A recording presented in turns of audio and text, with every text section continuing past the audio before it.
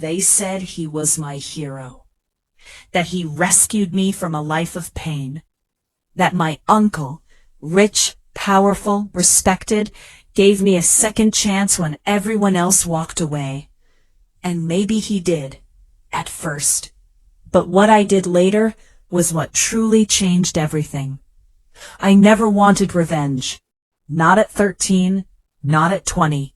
But by 28, I watched the expression on his face drop. The moment he realized the person he saved had just taken everything from him.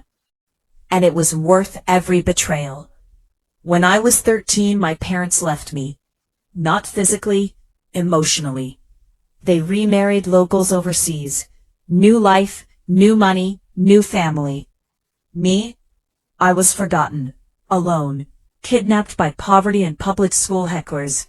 That was until my wealthy uncle, the brother my father barely spoke to, took me in. Everyone called him generous. Everyone saw the mansion. Car. The office. But no one saw the price tag. My uncle worked me like cheap labor.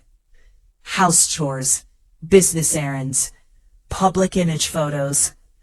My teen years were spent polishing his reputation while he quietly erased my identity.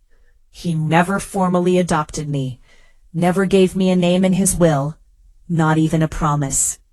Just free room, board, and empty words. At 18, I earned a scholarship overseas. My uncle didn't help. He said, "You should be grateful I didn't send you away." That sentence reminded me how invisible I truly was. So I used that invisibility as camouflage. I studied business, law, corporate accounting.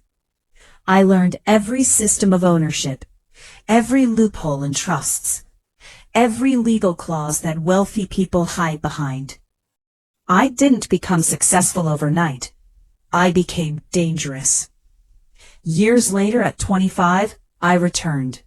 Not a poor abandoned kid, but a legal expert in offshore trusts. My uncle's company was booming: real estate, investments, luxury brands. But he had a weakness. He trusted family names more than legal contracts. And that was my opening. I asked him for a position. Not power, not ownership. Just a job in the legal department. Laughed. You? Papers and office? Not likely. But he gave in as a formality. He didn't read the contract. Big mistake. Weeks later, I uncovered internal financial leaks. Hundreds of thousands disappearing. Projects failing. Risky real estate deals no one knew about. And it wasn't just random. It was connected to his business partner, the same man who once tried to marry into the family. I didn't expose it immediately. I documented everything: emails, transfers, meeting notes. By the time I brought it up to the board, it was already too late. They wanted answers. He couldn't hide it. His partner was fired. His CEO position shaken. But here's where it gets deeper. Everyone believed I turned whistleblower. But that wasn't the full truth. One night, I sat alone in his old study, and I found a secret file. A legal document my uncle never intended anyone to see. It was a clause buried inside his grandfather's trust.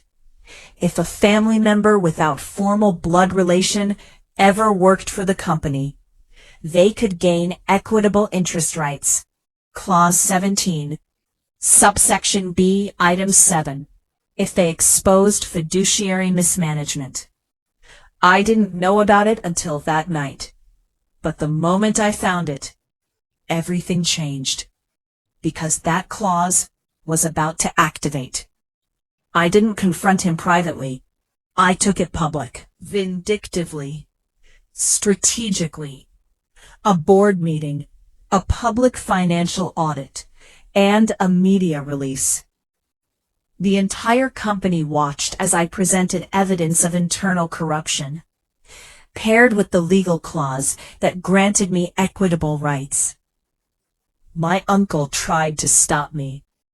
He shouted, he begged, he called me ungrateful, but the clause was valid, and by the end of that meeting, I controlled 52% of the company.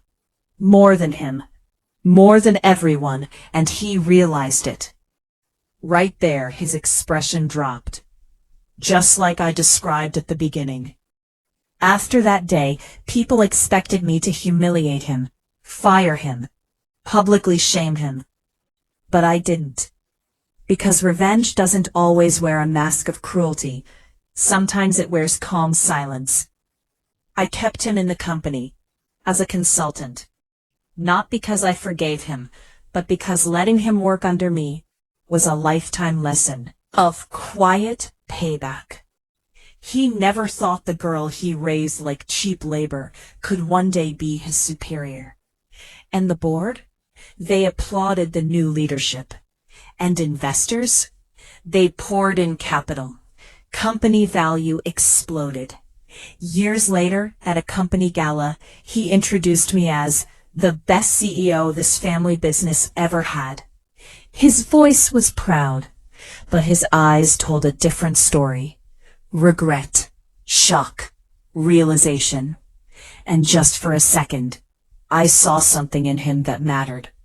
Because revenge wasn't about hurting him. It was about becoming someone he never imagined I could be. And that moment, that was the real victory.